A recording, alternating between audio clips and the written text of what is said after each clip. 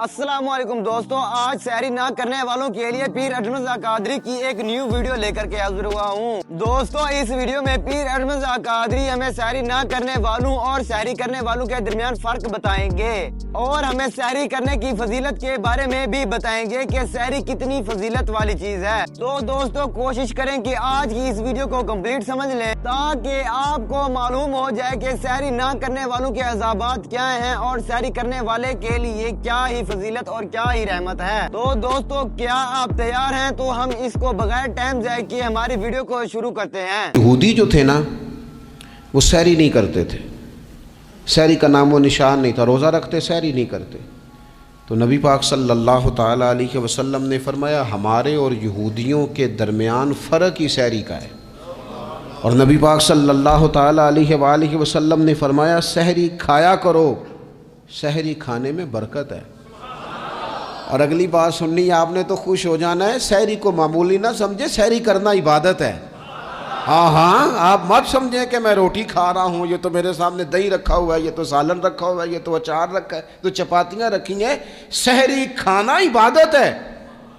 آپ صبح اٹھے، آپ کی تو روٹین ہی اور تھی، تو 7 بجے کھاتے تھے، 9 بجے کھاتے تھے۔ یہ جو آپ صبح کھا رہے ہیں اٹھ کے سحری میں، اپنی مرضی سے تھوڑی کھا رہے ہیں، یہ تو کسی کے کہنے سے کھا رہے ہیں، یہ تو کسی کے بٹھائے بیٹھے ہیں۔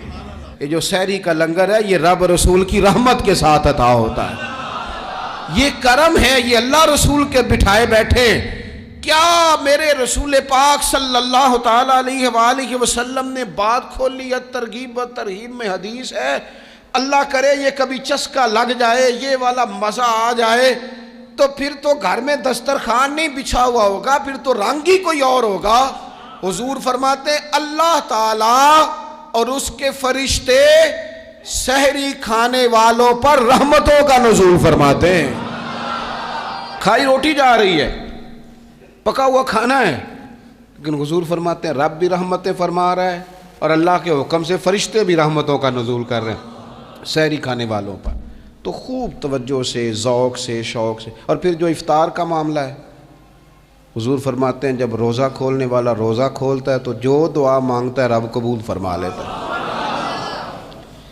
یعنی افطار کا وقت ایسا ٹائم ہے جو دعاؤں کی قبولیت کا وقت ہے۔ افطار کرنا بھی ہے، کرانا بھی ہے۔ مہنگائی ذرا عروج پہ چلی گئی ہے، میں بار بار کہتا ہوں۔ مجھ سے نا لوگ دعا کے لیے مجھے کہتے کہتے اپنے کئی دکھ بتا دیتے ہیں۔ تھوڑا سا نا افطاریاں مہربانی فرمائیے گا، سیاسی نہ کیجیے گا۔ وہ جن سے مال لیتے ہیں، وہ جن کو مال دیتے ہیں، وہ جن سے ووٹ لینے ہیں، وہ جنہوں نے ووٹ لینے ہیں، اس بنیاد پر سحر افطار کے بندوبست نہ کریں رضائے الہی کے لیے۔ میرے محبوب فرماتے ہیں جس نے رب کی رضا کے لیے کسی کو افطار کرایا، جتنا ثواب اللہ روزہ رکھنے والے کو دے گا اتنا افطار کرانے والے کو بھی عطا کرے۔ اور ایک حدیث تو آپ پڑھیں گے تو جھوم جائیں گے، سنیں گے تو خوش ہو جائیں گے، المعجم الکبیر میں موجود ہے۔ نبی پاک علیہ السلام فرماتے ہیں جس نے حلال کھانے اور حلال پانی سے کسی کا روزہ افطار کرایا نا، ذرا دیکھنا غریبوں کے گھروں کو جھانکنا، ذرا اپنے عزیزوں میں ایک نظر دوڑا لینا، ذرا رمضان کی نیت کر کے رمضان سے پہلے ہی غرباء تک راشن پہنچا دینا، ان کی فکر دور ہو جائے، وہ پہلی شام ہی اپنے بچوں کے ساتھ آسودہ حال ہو کے بیٹھیں۔ دیکھ لینا یہ نہ ہو کہ ایک بھائی کھول کے کھا رہا ہو اور دوسرے کے بچے منتظر ہوں کہ آج سحر افطار میں کیا کرنا ہے۔ اپنے گلی محلے میں دیکھ لینا، ہم اس رسول کے ماننے والے ہیں جنہوں نے فرمایا میں اسے مومن ہی نہیں جانتا جو پیٹ بھر کے کھائے اور اس کا ہمسایہ بھوکا رہ جائے۔ تھوڑا سا اپنے ارد گرد نظر ڈال لینا، المعجم الکبیر میں حدیث موجود ہے۔ اللہ کے پیارے رسول صلی اللہ تعالیٰ علیہ وسلم نے فرمایا جس نے حلال پانی سے، حلال روٹی سے کسی کا روزہ افطار کرایا تو فرمایا فرشتے اس بندے کے لیے رمضان کے دنوں میں، رمضان کی گھڑیوں میں دعا کرتے ہیں، اور جناب جبریل امین اس کے لیے شب قدر کی رات دعا کرتے ہیں۔ حضرت جبریل شب قدر میں دعا کریں گے، خاص رات، یا اللہ اس بندے پر فضل فرما، اس نے تو غریب آدمی کو افطار کرا. یہ ایک عبادت ہے، اس عبادت کا خیال کریں. پھر اعتکاف آئے گا، رمضان کے آخری 10 دنوں کا اعتکاف. اسلام میں رہبانیت نہیں ہے، لیکن کبھی کبھی سب سے کٹ کے اپنے رب کے ساتھ جڑ جانا. کچھ رات کی عبادتیں، کچھ تنہائی کے اذکار، کچھ درود و سلام کا ذوق. یہ ان ساری خوبصورتیوں میں سے ایک خوبصورتی اعتکاف بھی ہے. اللہ کے پیارے رسول علیہ الصلوۃ والسلام ہمیشہ اعتکاف کرتے. اور حضرت عطا بن رباح رضی اللہ تعالیٰ عنہ کیسی خوبصورت بات ارشاد فرماتے ہیں، فرماتے ہیں معتکف تو اس آدمی کی طرح ہے جیسے کسی بندے کو کسی کے ساتھ کوئی کام پڑ جائے نا تو وہ جا کے اس کے دروازے پر بیٹھ جاتا ہے کہ جب تک میرا کام ہوگا نہیں میں جاؤں گا نہیں. فرماتے ہیں یہ اعتکاف والا بھی آ کے رب کریم کے گھر بیٹھ گیا ہے کہ جب تک تو معاف نہیں کرے گا میں جاؤں گا نہیں، جب تک تو بخشش نہیں کرے گا میں اس دروازے سے ہٹوں گا نہیں. حضرت ابن عباس رضی اللہ تعالیٰ عنہ نبی پاک علیہ السلام کے روضہ انور کی طرف اشارہ کر کے کہا کرتے تھے زیادہ دیر نہیں ہوئی، اشارہ کر کے کہتے تھے زیادہ دیر نہیں ہوئی، اس روضہ مبارک میں آرام فرما. رسول رحمت علیہ السلام سے میں نے اپنے کانوں سے سنا ہے، اور جب یہ بات ارشاد فرماتے تھے تو روتے بھی تھے. فرماتے ہیں میں نے خود نبی پاک علیہ الصلوۃ والسلام سے سنا ہے کہ جو شخص اللہ تعالیٰ کی رضا کے لیے ایک دن کا بھی اعتکاف کرے گا نا، اللہ تبارک و تعالیٰ اس کے اور جہنم کے درمیان 3 خندقوں کی آڑ بنا دے گا. اور فرمایا ان کی مسافت زمین و آسمان سے بھی زیادہ ہوگی. یعنی 3 خندقیں اتنی بڑی جن کی چوڑائی زمین آسمان سے بھی زیادہ ہوگی. ایک دن اعتکاف کر لے تو اللہ اس بندے کو دوزخ سے اتنا دور فرما دے گا.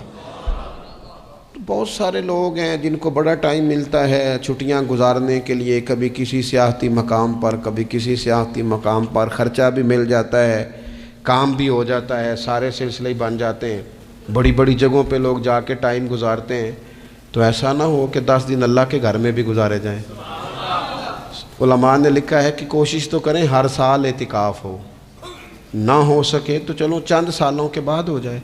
اور فرماتے ہیں کہ زندگی میں ایک دفعہ تو اس سنت کو ضرور ادا کرنا چاہیے. کوئی بندہ ایسا نہ ہو جو محروم رہ جائے، زندگی میں ایک بار صحیح پر اعتکاف کے ساتھ اپنے آپ کو وابستہ ضرور کرے. رمضان المبارک کے اندر آخری عشرہ شب قدر کی تلاش کا عشرہ ہے. اللہ کے پیارے رسول صلی اللہ تعالیٰ علیہ وسلم ان 10 دنوں میں خود بھی عبادت کرتے تھے اور گھر والوں کو بھی جگایا کرتے تھے، اور اپنے اہل خانہ کو تاکید فرماتے تھے کہ اٹھو اٹھو، آگے بڑھو، یہ آرام کرنے کے دن نہیں ہیں. ہمارے ہاں یہ ہوتا ہے کہ وہ جو آخری 10 دن زیادہ عبادت کے تھے، شب قدر کی تلاش کے تھے، وہ آخری 10 دن سارے بازار میں گزر جاتے ہیں. کپڑے سلوائے جا رہے ہیں، کپڑے خریدے جا رہے ہیں، جوتے خریدے جا رہے ہیں، واپس کیے جا رہے ہیں، دوبارہ لیے جا رہے ہیں، سفر ہو رہا ہے، آنا جانا ہو رہا ہے، عیدیاں بٹ رہی ہیں. تو یہ سارے کام جو آخری عشرے میں کرنے ہیں، جو زیادہ عبادت کے دن تھے، وہ سارے کام تو رمضان سے بھی پہلے کر لینے چاہیے. کپڑے رمضان سے پہلے خریدے جائیں، پہلے سلوا لیے جائیں، جوتے پہلے لے لیے جائیں، ضرورت کے کام پہلے کر لیے جائیں. جہاں آپ کو جو بانٹنا ہے وہ رمضان سے پہلے کریں. وہ مفت کی اپنے دل کو مطمئن کرنا کہ اب میرے پاس یہ بڑے میں خیر کا کام کرنے نکلا ہوا ہوں، میں عیدی بانٹنے جا رہا ہوں، یہ پہلے بانٹنے تھے. یہ عجیب بات ہے کہ جو زیادہ وقت مسجد میں گزارنے کا ٹائم تھا وہ سارا ہم نے ضائع کر دیا. وہ ادھر ادھر بازاروں کی نظر ہو گیا، میل ملاپ کی نظر ہو گیا. تو اگر چیزوں کو مرتب کیا جائے، میں تو دوستوں سے کہا کرتا ہوں، زکوٰۃ کا حساب، صدقات کا حساب، صدقات فطر کا حساب، جتنے بھی روٹین کے کام ہیں اس کو کوشش کریں رمضان شریف سے پہلے آپ ترتیب دیں. آپ ان چیزوں کو پہلے سے مرتب کریں تاکہ وہ بہترین ہو جائیں. ہم تو اس دین کے ماننے والے ہیں جہاں نیت کرو تو اجر شروع ہو جاتا ہے. آپ رمضان کی نیت سے جو آج خرچ کریں گے اس کو اللہ تعالیٰ رمضان کے ثواب کے برابر ہی اجر عطا فرمائے گا. لیکن وہ ہم نا کچھ لوگ بڑا ایک صاحب مجھ سے کہنے لگے جی میں نے سنا ہے صدقہ فطر آخری عشرے میں ہی دینا چاہیے. میں نے کہا آپ کا پروگرام تب دینے کا، اس لیے آپ نے یہ گاڑا کر کے سن لیا، ذرا اس کو آپ نے زیادہ غور سے سن لیا ہے. آپ جب ضرورت محسوس کریں، جب آپ سمجھیں کہ کسی کو ضرورت ہے، ضرورت کے وقت کوئی چیز کام نہ آئی تو پھر کب جا کے کام آئی. تو میری آپ سے یہ اپیل رہے گی کہ پہلے سے چیزوں کو مرتب کریں، معاملات کو پہلے سے طے کریں۔ وہ لوگ بڑے اچھے ہوتے ہیں جو وقت پر منصوبہ بندی کرتے ہیں، جو چیزوں کو ٹائم پہ مرتب کرتے ہیں۔ وہ ٹائم جو ہمارا بالکل اللہ کی بارگاہ میں حاضری کا ہے، عبادات کا ہے، اگر وہ سارا گاڑیوں کی نظر ہو جائے گا، اسفار کی نظر ہو جائے گا تو ہم نے حاصل کیا کیا؟ ایک بات آخر میں بڑے درد کے ساتھ آپ کی خدمت میں عرض کرنی ہے، ہر سال کہتا ہوں، اس سال بھی کہوں گا، ذاتی اخراجات کو کچھ کم کیا جائے۔ ذاتی اخراجات نہ کچھ لوگوں کے بہت زیادہ ہیں، ان کے اپنے لباس کے، کپڑوں کے، اور وہ اخراج میں نے پچھلے جمعے بھی کہا تھا، اسلام ذبائش کی اجازت دیتا ہے، نمائش کی اجازت نہیں دیتا۔ نمائش والے کام اگر تھوڑے چھوڑ دیے جائیں کچھ بھی نہیں ہوتا۔ میں تو شاید اگر میں سینکڑوں کہہ دوں تو غلط نہیں ہوگا، لیکن بیسیوں تو لوگ ایسے ضرور ہوں گے کہ جو عید ساری سو کے گزارتے ہیں، سارا دن سوئے رہتے ہیں، پتہ نہیں وہ اتنے مہنگے مہنگے کپڑے کس لیے خریدتے ہیں۔ عید کی نماز پڑھی، سو گئے، اور بھئی آپ کا فون بند تھا جی، میں سو رہا تھا جی، تو بھئی وہ جو آپ نے 1.5 مہینہ درزی کے پاس آنا جانا لگایا، وہ کس مقصد کا؟ رات کوئی پہننا تو کوئی پرانا جوڑا پہن لیتے۔ ایسی مصیبت کیا بنی ہوئی تھی؟ اتنے مہنگے کپڑے خریدے، اتنا مہنگا جوتا لیا، اور دن سارا سو کے گزار دیا۔ ذاتی اخراجات کم کریں۔ پتہ کیا ہے؟ فرق بہت بڑھتا جا رہا ہے، بہت بڑھتا جا رہا ہے۔ یعنی ایک جگہ پہ چیزیں پڑی ہیں، خراب ہو گئی ہیں، کھانے کا ٹائم نہیں، پہننے کا ٹائم نہیں، اور ایک جگہ وہ ہے کہ جہاں لوگ دوائی کو ترس رہے ہیں۔ گندم امیر شہر کی ہوتی رہی خراب، اور بچی کسی غریب کی فاقوں سے مر گئی، اور کسی نے کہا تھا کہ غریب شہر تو فاقوں سے مر گیا، لیکن امیر شہر نے ہیرے سے خودکشی کر لی۔ اللہ معاف فرمائے۔ دوستو، آپ نے یہ ویڈیو مکمل دیکھی اور سنی، اور آپ کو معلوم ہو گیا کہ سحری کرنے کی کیا ہی فضیلت ہے۔ تو دوستو، اگر ہماری ویڈیو آپ کو ذرا سی بھی اچھی لگی ہو تو ہماری ویڈیو کو لائک کرتے جائیں، اور اسی طرح کی مزید اسلامک ویڈیو حاصل کرنے کے لیے ہمارے چینل کو سبسکرائب کریں، اور ساتھ والے ٹھہرے بیل آئیکن کو لازمی سے پریس کر دیں، تاکہ ہماری ہر آنے والی نئی ویڈیو کا نوٹیفیکیشن سب سے پہلے آپ کو مل جائے، تاکہ آپ ہماری ویڈیو دیکھ کر فائدہ حاصل کر سکیں۔